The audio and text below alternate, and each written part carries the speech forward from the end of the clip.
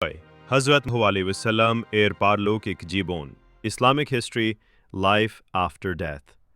আসসালামু আলাইকুম ওয়া রাহমাতুল্লাহ। প্রিয় দর্শক, আজ আমরা জানব সেই মহান ব্যক্তির সম্পর্কে যার জীবন আলোকিত করেছে সমগ্র মানবজাতিকে। তিনি হলেন আমাদের প্রিয় নবী হযরত মুহাম্মদ সাল্লাল্লাহু আলাইহি ওয়াসাল্লাম। কিন্তু আজ আমরা তার দুনিয়ার জীবন নয়, জানব মৃত্যুর পরে অর্থাৎ পারলৌকিক জীবনে নবীজির ইন্তেকাল। হযরত মুহাম্মদ সাল্লাল্লাহু আলাইহি ওয়াসাল্লাম ৬৩ বছর বয়সে ১১ হিজরির ১২ রবি আউয়াল সোমবার দিন ইন্তেকাল করেন। মৃত্যুর সময় তিনি ছিলেন আয়েশা রাদিয়াল্লাহু আলাইহি ওয়াসাল্লামের ঘরে, তার মাথা ছিল আয়েশার কোলে। তিনি বারবার দোয়া করছিলেন, আল্লাহুম্মা রফিকুল আলা, হে আল্লাহ, আমাকে সর্বোচ্চ সঙ্গীর সঙ্গে মিলিয়ে দাও। এটি ছিল তার দুনিয়ার জীবনের শেষ কথা। দাফন ও রোজা শরীফ।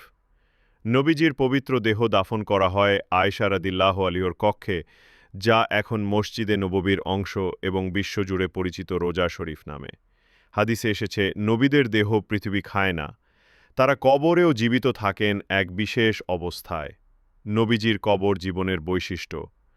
অনেক সহিহ হাদিসে বলা হয়েছে, নবীজি সাল্লাল্লাহু আলাইহি ওয়াসাল্লাম কবরেও নামাজ আদায় করেন এবং তার কানে প্রতিটি দুরুদের আওয়াজ পৌঁছে দেওয়া হয়। রাসূল সাল্লাল্লাহু আলাইহি ওয়াসাল্লাম বলেন, যে ব্যক্তি আমার কবরের পাশে এসে আমাকে সালাম দেয়, আমি তাকে প্রত্যুত্তর দিই, আর যে দূর থেকে দুরুদ পড়ে তার দুরুদ ফেরেশতারা পৌঁছে দেয়। ইসলামে এটি একটি বিশেষ মর্যাদা। নবীজি কবরেও জীবিত, তবে পারলৌকিক রূপে। কিয়ামতের দিন ও শাফায়াত। ইসলামী বিশ্বাস অনুযায়ী কিয়ামতের দিন নবীজি সাল্লাল্লাহু আলাইহি ওয়াসাল্লাম হবেন সবচেয়ে গুরুত্বপূর্ণ ব্যক্তি। তিনি প্রথম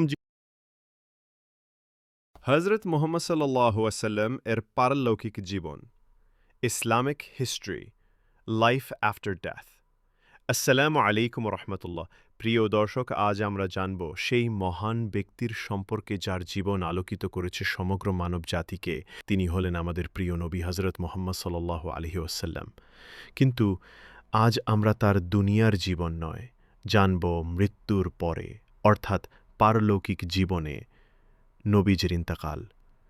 হযরত মুহাম্মদ সাল্লাল্লাহু আলাইহি ওয়াসাল্লাম ৬৩ বছর বয়সে ১১ হিজরির ১২ রবিউল আউয়াল সোমবার দিন ইন্তেকাল করেন। মৃত্যুর সময় তিনি ছিলেন আয়েশা রাদিয়াল্লাহু আনহার ঘরে, তার মাথা ছিল আয়েশার কোলে।